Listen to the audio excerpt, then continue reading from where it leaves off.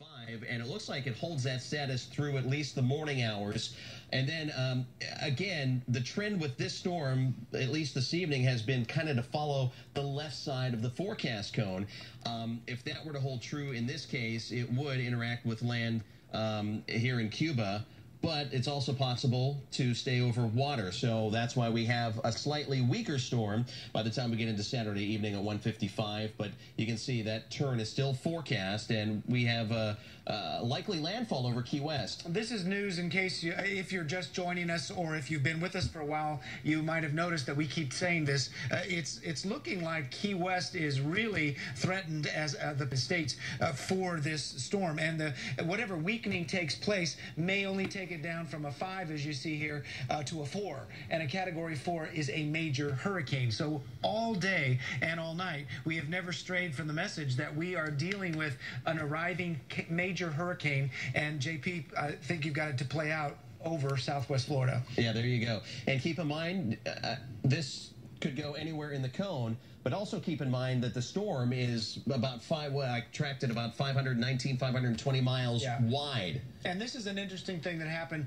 last night at 11 o'clock. The cone shifted a little bit to the west, and you'll notice that technically the east side of Florida here, West Palm Beach and almost Miami, but maybe not quite, is slipping out of the cone of movement. They're still going to feel it. They're still going to feel hurricane force winds over there, or at least close to it, as we go through the day on Sunday. And then as we head into Sunday night and Monday, as the storm lifts north of here, that's when we're going to talk about storm surge. We'll get into that later in the hour, but that's been a concern here in Southwest Florida as well. That is all on the current forecast track, but we've noticed something a little interesting here in the storm within the last few hours, other than the interaction with some of the barrier islands here in Cuba. This is what we call an enhanced satellite picture, and it's enhanced with a color table to show you some of the coldest cloud tops around the storm.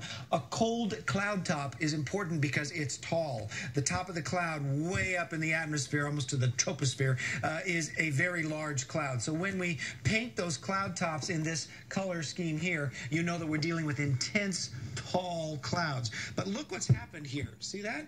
So we're thinking that this could signal a bit of a weakening of the storm.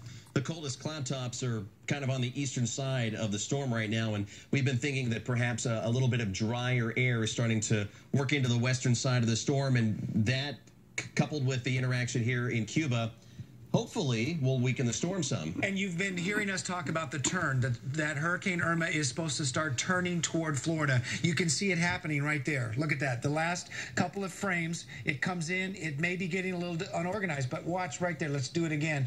There, see? It is definitely skirting the coast of Cuba, not roaring into Cuba and moving up toward the Florida Straits, Key West being right there.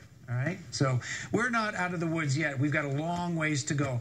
We have a new team of meteorologists coming in right now. What we need to do as meteorologists now is have a little meeting and a handoff, which we will be doing next with all of our crew, and we'll hand it back over to the news department to take over the next few minutes.